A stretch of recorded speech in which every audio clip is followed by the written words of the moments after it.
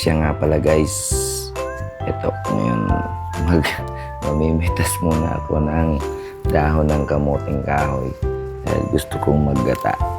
Ito, yan, tapos kung mamitas, hugasan ko na muna siyempre para malinis muna, dumi-dumi dyan sa labas. Ito, ginayat-gayat ko na yan guys. At siyempre pagkagayat ko, para mas masigurado, lagyan mo ng asin tapos pigaan mo para mawala ang lason. Ayan, may tanim kaming sili sa labas. Ayan, para naman maanghang pag kinain kahit papano.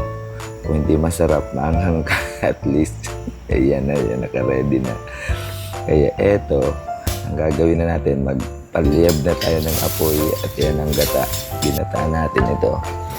At ang mga ricados, ilagay na rin natin. Siyempre, halo-haluin nyo, haluan nyo pa rin at lagyan nyo ng paminta.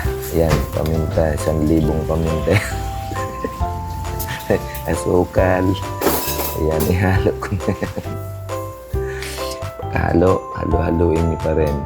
Pagkahalo nyo, haluin nyo pa rin ulit. At siyempre, lagyan nyo ng manaw o kalamansi para maasim-asim ng konti. Sing-asim ng mukha ko.